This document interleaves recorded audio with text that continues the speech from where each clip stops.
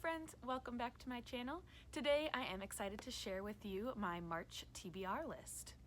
This list is a little different than normal in that I did not pick it. My sister Naomi gave me all of these recommendations to read this month, so I'm very excited to jump into this stack.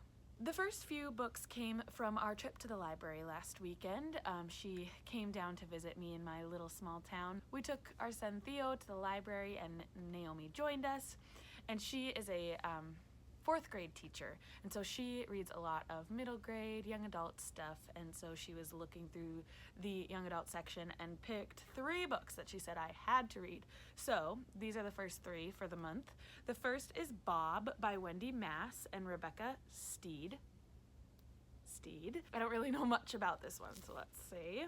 It's been 5 years since Livy and her family have visited Livy's grandmother in Australia. Now that Livy's back, she has the feeling she's forgotten something really, really important about Gran's house. It turns out she's right. Bob, a short greenish creature dressed in a chicken suit, didn't forget Livy or her promise. He's been waiting 5 years for her to come back, hiding in a closet like she told him to. Okay, so this one's gonna be really cute. Super short read, but I'm excited to read it. The next book that I plan on reading, also from the library, also middle grade, is Flora and Ulysses by Kate DiCamillo. I have read The Tale of Despero by Kate DiCamillo, but my sister said that this is one of the cutest, so I'm excited to read Flora and Ulysses. I have no idea what it's about. She is a natural-born cynic. He is an unassuming squirrel. Together, Flora and Ulysses will conquer villains, defend the defenseless, and protect the weak. Or something, it says. So, Flora and Ulysses by Kate DiCamillo. That'll be fun. The next book on my list is The One and Only Bob by Katherine Applegate. I read The One and Only Ivan last month. It was not on my TBR for February, but I picked it up anyway and read it because it was so cute. And so this is the sequel to The One and Only Ivan. And I'm really looking forward to see what happens next to these characters.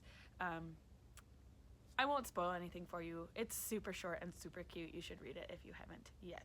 So enjoy The One and Only Ivan and The One and Only Bob. The next book on my March sister TBR is Anxious People by Frederick Bachman. This one I had on my list anyway that I wanted to read, but she lent it to me. It is also my local book club's pick for the month of March, so I'm excited to read this one. I have read a couple other by Frederick Bachman, but I've heard that this one is more light than the more dense subject matter that he covers in some of his others, and so I'm excited to maybe get a laugh out of this one. So this again is Anxious People by Frederick Bachman. The next book my sister recommended that I read is What Alice Forgot by Leanne Moriarty. I have heard a lot about this one. This is one of Leanne Moriarty's more famous ones, I think. And basically the gist is that Alice is 29 years old, crazy about her husband Nick, and pregnant with their first child. But imagine Alice's surprise when she comes to the floor of a gym, she hates the gym, and is whisked off to the hospital where she discovers the honeymoon is truly over. She's actually 39 years old with 3 kids and is getting a divorce. So this one should be quick and easy to read to figure out what happened to Alice. So that's next. The next book that my sister recommended and I'm excited for is Troubles in Paradise by Ellen Hildebrand.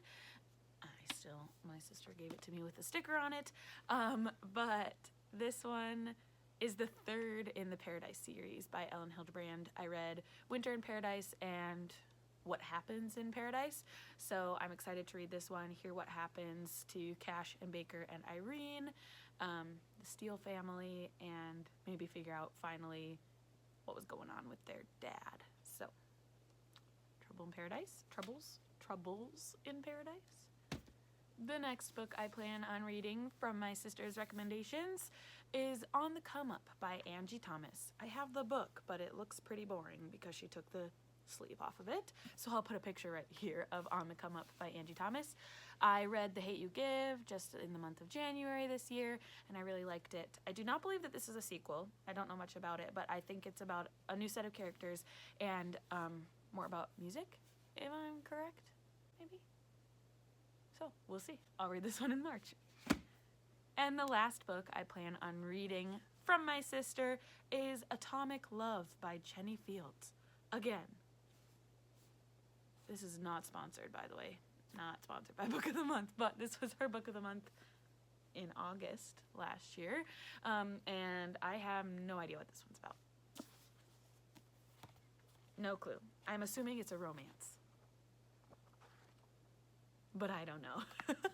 So I'm excited to read Atomic Love by Jenny Fields. Here is my stack. I think it's about 8 books. But again, should be fairly easy because 3 of them are middle grade and the rest of them sound fun and easy to get through. So I'm excited to read those.